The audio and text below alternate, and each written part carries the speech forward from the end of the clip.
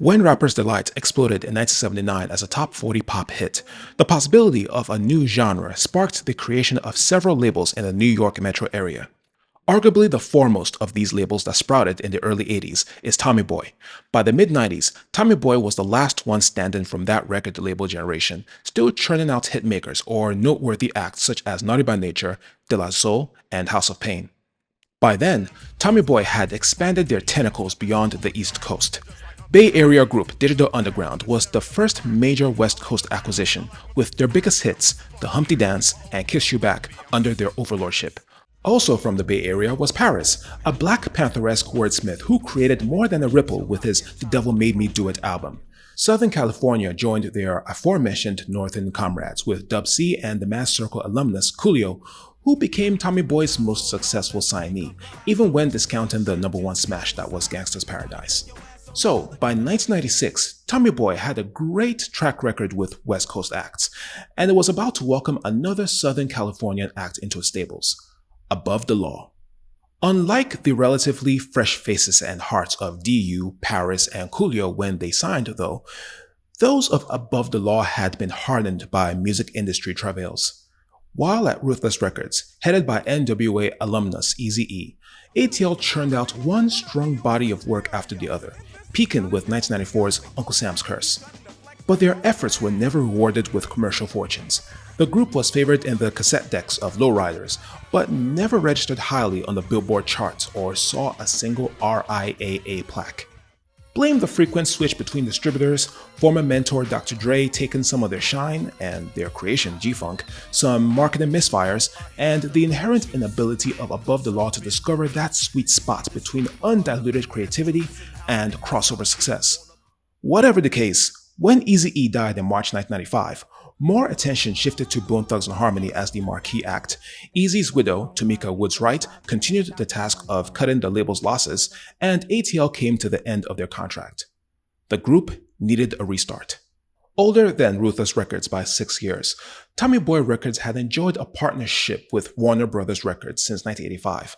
Warner actually owned half of Tommy Boy, which had the choice of either distributing its artists independently or using the former's major label muscle. It must have assured Above the Law that Tommy Boy was a more established independent label than Ruthless had ever been, and consequently that they could avoid the same issues that befell their early career. But it was a different world in late 96. The subgenre Above the Law practiced had been wearing out its welcome over the past year or two. Opposition to the crass lyrics of gangster rap mounted. Dre had dished death row, and apparently gangster rap with his ballroom dancing self. Tupac's life had been cut short by a hail of bullets in Las Vegas, and consequently, G-Funk did not quite have that bounce and dominance anymore.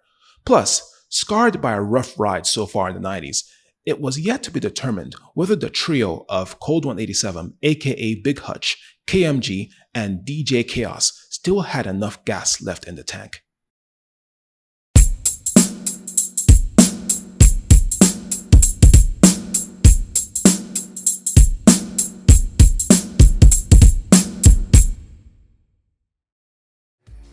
I was on my whips, you know what I'm saying? I was feeling fly, I was feeling real good, man.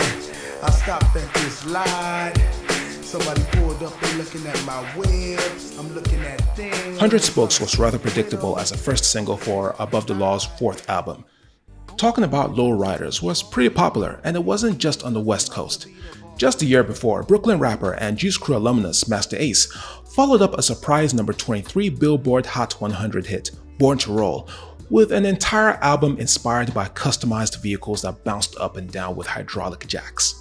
Rims with 100 spokes are very popular on lowriders, and 100 spokes is an ode of sorts to the accessory as integral to flossing, banging, and spitting game to the woman of the street, with a fly whip in and around Southern California. The beat has this synth buzz that could have made it a cool soundtrack to a 90s Miami-based crime flick. The other single is a remix of the song that Julio G and Tony G had produced for the group and Frost, notable as being the author of hip-hop's first Latin album back in 1990, the aptly titled Hispanic Causing Panic. City of Angels was the title track of the film soundtrack to The Crow, City of Angels. Cold 187 replaces the starry funk of Julio and Tony with a more upbeat snap of farting, wailing, and wavering synths for he, KMG, and Frost to glide through with their tributes to their favorite city in the entire world, gangsta style. 100 Spokes only matched Black Superman's peak on the Billboard Hot Rap Songs chart, in addition to appearing on the R&B and Hip Hop Songs chart. City of Angels didn't chart at all. There would be no Master Ace level success in Pomona. But the group trudged on. Time Will Reveal arrived on October 22, 1996. By then, Cold 187 had weaned himself off sampling altogether, let alone sampling from G-Funk's main inspiration, P-Funk. Plus, the mixing and mastering had been turned up a few notches. Once you get past the unnecessary intro, which feels like Hutch is bitter about what his group's career could have been, you are greeted with the glimmering encore, which is KMG joining Cold 187 and reflecting upon Above the Law's beginnings and their career so far, never imagining that hip-hop, particularly gangster rap, would go as far as it had. Some of the production of Time Will Reveal has this grim sheen that permeates the work that Cold 187 turned in for MC Ren in the Villain in Black album that the NWA alumnus had released earlier in '96. A perfect example is Killers in the Park, which, coincidentally, features Ren, and it has this slow cooking of a thudding piano note, a somber song hook, and verses dedicated to the perversion of neighborhood parks with drug selling and shootouts. There's also 1996, which darkly stomps with the intent of being the soundtrack of a dark alley fistfight. Hutch tries to show his range in Time Will Reveal, swinging from the relaxing grooves of songs such as My World, the xylophone-sprinkled Players and Gangsters, the pizzicato-spiked Shout to the True, and the echoing wah-wah of Clinic 2000, to the sunny glimmer of tracks such as the Sticky Icky tribute, Indonesia, and the clean guitar-helmed Apocalypse Now. But by this point, it feels like Above the Law was going through the motions, especially lyrically and thematically. It isn't a problem sticking with a template with which you're comfortable, but it has to be at least worthwhile, if not innovative. Pimp tales and raps of gang violence were abundant in 1996, and ATL does nothing to distinguish themselves from the rest of the crowd, especially considering that they were never big sellers to begin with. The higher level vocalization of Cold 187 and KMG was well established by then, so there were no expectations that they could go any further. And Cocaine, who contributed mightily to the quality of previous ATL albums, such as Black Mafia Life and Uncle Sam's Curse, has his role noticeably reduced here, only prominently showing up on one track, Gorilla Pimpin'. In his place are a deluge of vocalists, chief among them being Dorinda Dore Roberts, who features in the choruses of 100 Spokes and Encore, in addition to singing in the background of the album intro. Nice, but she's no Cocaine. And why did ATL think it was wise to start doing skits, particularly pointless ones? Time Will Reveal peaked at number 80 on the Billboard 200. That was a vast improvement over the previous album, but not much else. It was actually their lowest peak for an album apart from Uncle Sam's Curse. Coincidentally, Time Will Reveal was released on the same day as Westside Connection's Bow Down, an eventually double platinum certified album that would not only monopolize attention to the West for the rest of the year with its scorched earth attitude toward the East Coast, but also, in the wake of Tupac's murder, musically signaled the end of gangster rap dominance. It was only going to go downhill from there. Time Will Reveal was barely 6 months old when samples and promo singles began to get distributed for Above the Law's second album under Tommy Boy, Legends, a promising title for a well-deserving group. But when it arrived in February 1998, it only revealed further advancement of mixing, mastering, and composition of beats behind atrophied lyrics.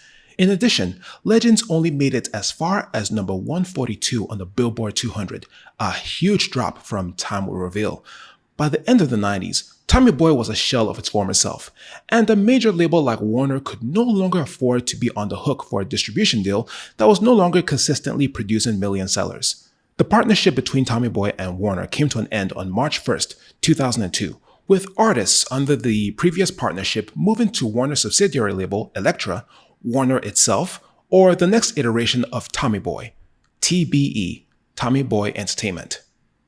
Above the Law was left out of all three options.